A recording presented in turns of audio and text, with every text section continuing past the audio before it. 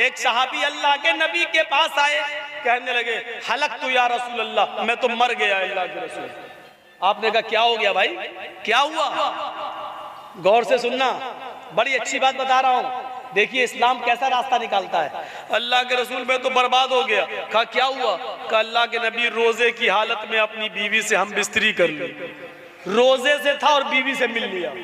अल्लाह के नबी ने सर पटका, ये क्या किया, तुम्हें मालूम नहीं था? तो मालूम तो था। फिर कहा मैं सोच रहा था कंट्रोल कर लूंगा, लेकिन वो थोड़ा ज्यादा मामला आगे बढ़ गया और मैं।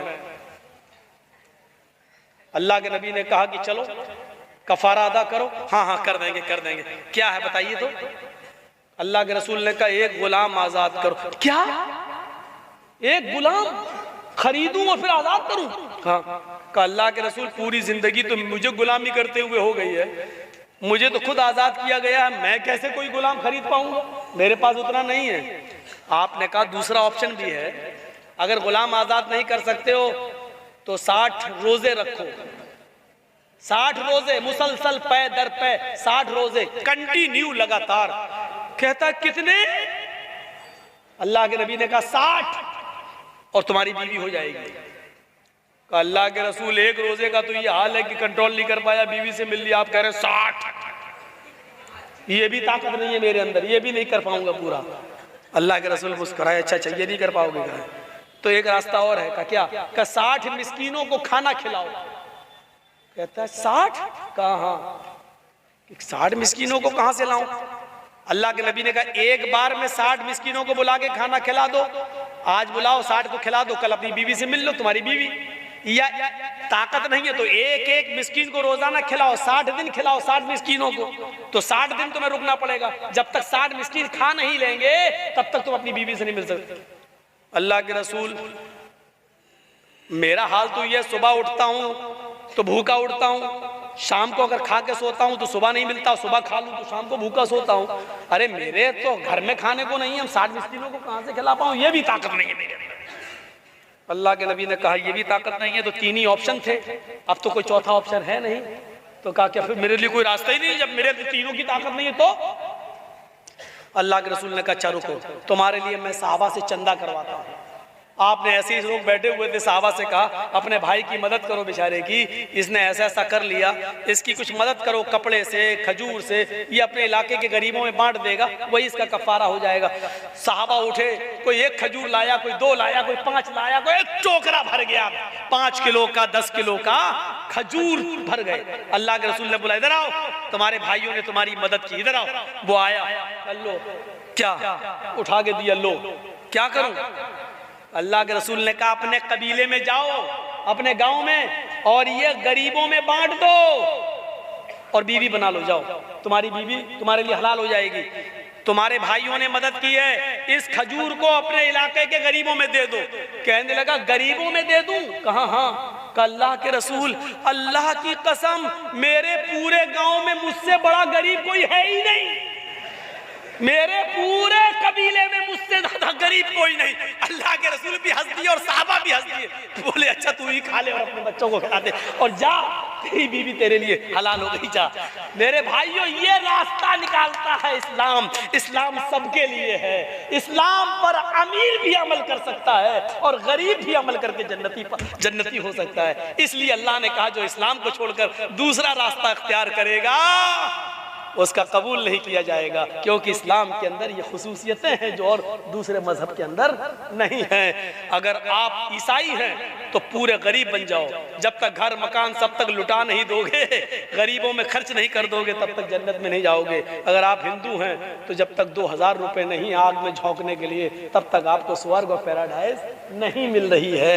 किसी में अमीर होना जरूरी है, किसी में गरीब। इस्लाम के अंदर आप जिस पोजीशन में हैं आप जन्नती अपने आप को बना सकते हैं। अमीर हैं तो माल की ज़कात दीजिए, खैरात दीजिए और उसका सही इस्तेमाल करिए और जन्नत हासिल कर लीजिए। गरीब हैं तो माल का कोई हिसाब किताब नहीं है, बकिया चीजों पे अमल करके आप जन्नत को हासिल कर सकते हैं। इस्लाम सबके लिए। मेरे भाइयों ये बुनियादी चीजें मैंने 2 घंटे की तकरीर में आपके सामने रखी हैं। भुलकी का मदरसा हमेशा बड़ा मदरसा, इलाके का बड़ा मदरसा माना जाता है। मेरे भाइयों लॉकडाउन की वजह से सारे मदरसों का हाल खराब रहा है, असातिज़ा को तनख्वाहें नहीं मिली हैं। याद रखना, उत्तर प्रदेश के मदरसों पर अब सरकार की निगाहें आ गई हैं और मदरसों की जांचें शुरू होने लगी हैं। सरकारी मदद बंद होने के कगार पे आ गई है।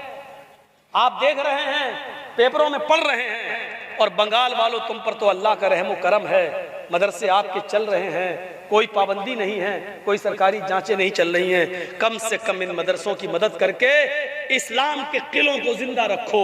और आपसे चलते चलते गुजारिश करके जा रहा हूं, लॉकडाउन की वजह से मदरसों के हालात बहुत खराब हैं और कितने मदरसे तो बंद हो चुके हैं। कम से कम असातिज़ा को तनख्वाहें मिल जाएं, आप मदरसे का ताउन करते जाएं। और जो दे चुके हैं उनसे गुजारिश है, मजीद मेरे कहने पर भी कुछ दे दें, मुझे कल जाना है। और एक बात और कह दूं कि मेरे प्रोग्राम थे 22 तारीख से लेकर आज तक, ये जो है 28 फरवरी का, यहाँ पे प्रोग्राम थे। लेकिन मैं 22, 23, 24, 25, 26 इन प्रोग्रामों में मैं शिरकत नहीं कर सका।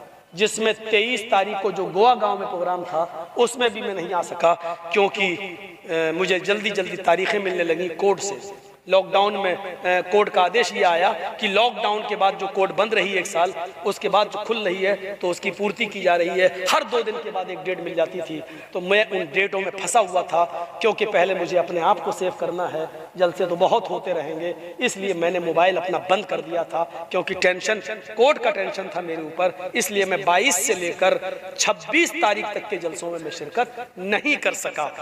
हम भी इंसान हैं, हमारे ऊपर भी परेशानी आती है। और 26 के बाद फिर डेट पड़ गई 2 मार्च। इसलिए मैं चला आया कि 27 और 28 का प्रोग्राम कर लूं। और आज 1 हो गई है, मैं बागडोरा भाग रहा हूं और फिर मुझे कोर्ट की तरफ जाना है, फिर तारीख लेना है। और अब इंशाल्लाह लंबी तारीख मिलेगी। हिंदुस्तान में बस वही है, तारीख पे तारीख, तारीख पे तारीख, तारीख पे तारीख। एक फिल्मी डायलॉग भी है ये, तो मेरे भाइयों आपके सामने ये भी रख दिया। ये फिल्मी डायलॉग हो तो क्या हुआ, सच्चाई जहाँ से मिले ले लेना चाहिए। ये सच्चाई पर हकीकत मबनी है, न फैसला कर रहा है, न छोड़ रहा है, न सजा सुना रहा है। ये अजीब मसला है। बस आओ, एक जहनी तौर पर परेशान करने की एक आदत है जो हिंदुस्तानी कोर्टों में बनी हुई है। दुआ करो अल्लाह ताला मुझे इस मुसीबत से निकाले, नजात अता फरमाए। यही एक केस अब मेरे ऊपर रह गया है 54 केसों में से। दुआ करो अल्लाह मुझे इस केस से भी नजात अता फरमाए। अल्लाह ताला से दुआ है।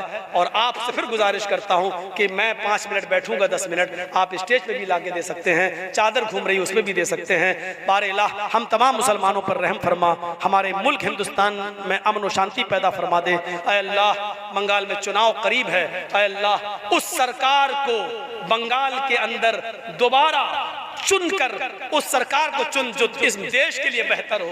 मैं फिर किसी का नाम नहीं ले रहा हूँ, हो सकता है इंडिया टीवी वाला फिर किसी को उछाल दे कि मौलाना जर्जिस में किसके लिए, जो इस देश के लिए बेहतर हो, जो हमारे मुल्क के लिए बेहतर हो, और जो हिंदू मुसलमान सिख ईसाई और सबको साथ में लेके चलता हो। अल्लाह ऐसी अमन पसंद सरकार को बंगाल में दोबारा वापस फरमा दे। बारे अल्लाह जब तक हमें जिंदा रख, इस्लाम पर जिंदा रखना, जब हमारा खात्मा हो तो ईमान पर हमारा खात्मा फरमाना। वमा अलैना इल्लल बलागुल मुबीन व आखिरु दअवाना अल्हम्दुलिल्लाहि रब्बिल आलमीन। अस्सलामु अलैकुम व रहमतुल्लाहि व बरकातुहू। अब लोग सेल्फी